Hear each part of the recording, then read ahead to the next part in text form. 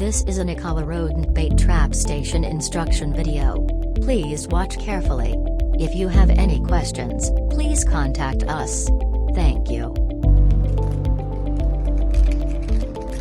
Step 1. Insert key into both of the locks at left and right. Tilt the key towards the center of the station and lift upwards. Step 2. Open casing lid. Step 3. Throw away any existing glue board and take a new glue board. Fold the new glue board according to the guideline and secure it properly. Step 4. Place the glue board into the top side casing properly. Step 5. Close lid of rodent bait station and ensure it is locked with a click sound.